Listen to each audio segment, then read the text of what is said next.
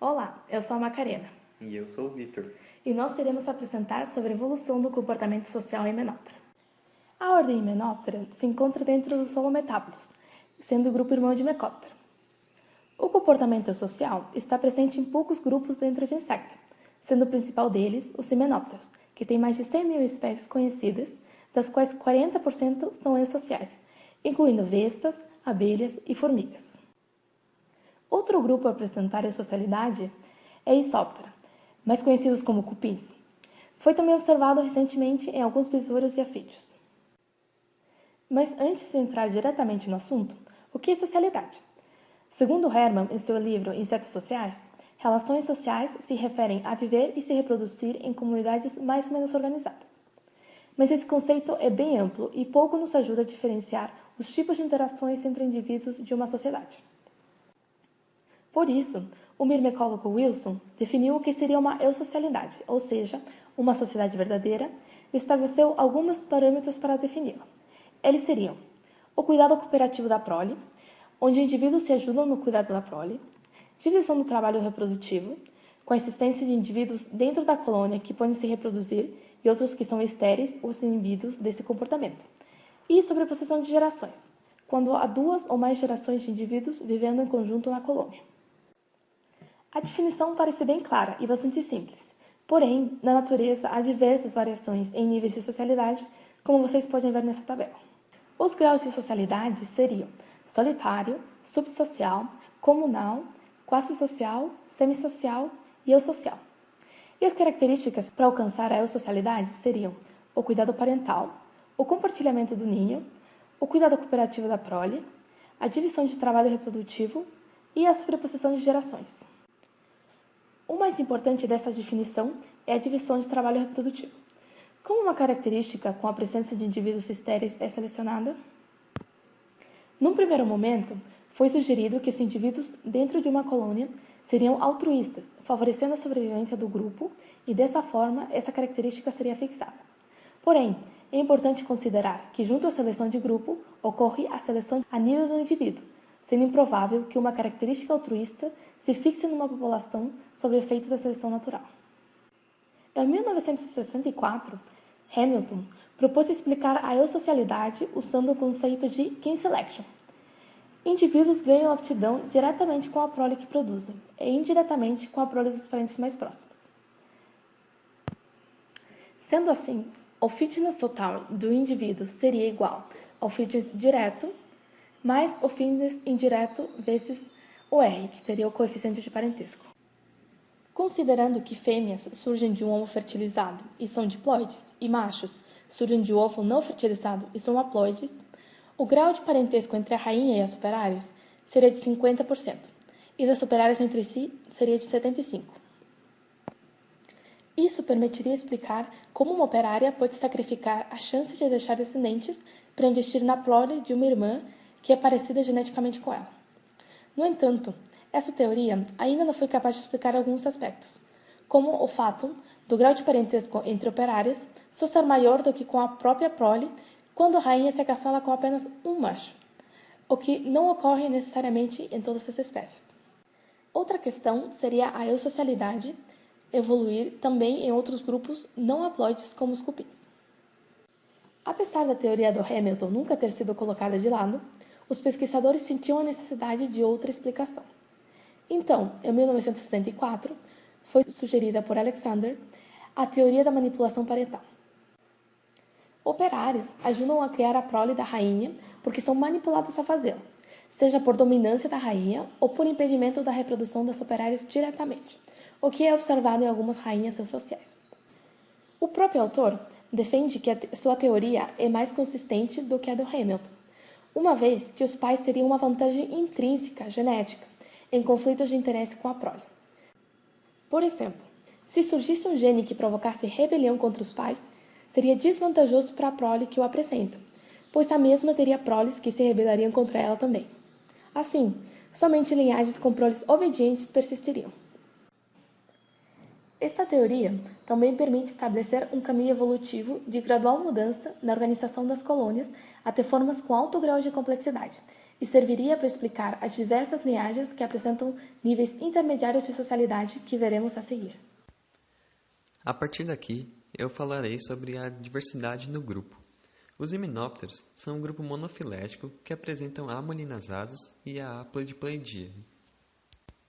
Eles podem ser divididos em duas infraordens, Sínfita e Apócrita.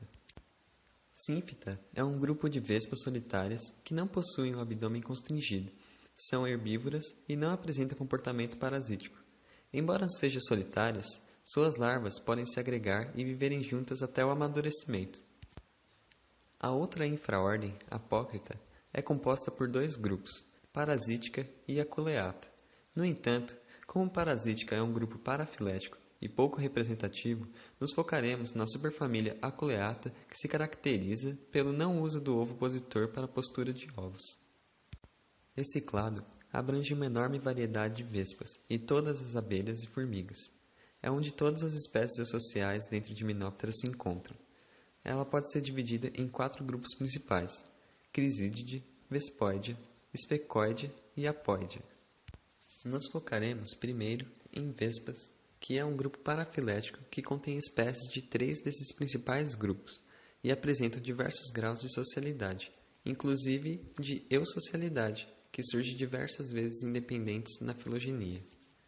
As vespas presentes em Crisídide são solitárias, parasitoides e cleptoparasitas.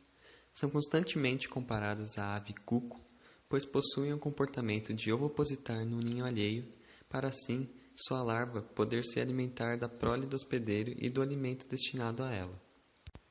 Além de colorida, a cutícula desses animais é bastante dura, o que permite esses animais se enrolarem como um tatu para se protegerem em situações de risco. Vespas de Specoidia são bastante diversas e apresentam muitos níveis de socialidade.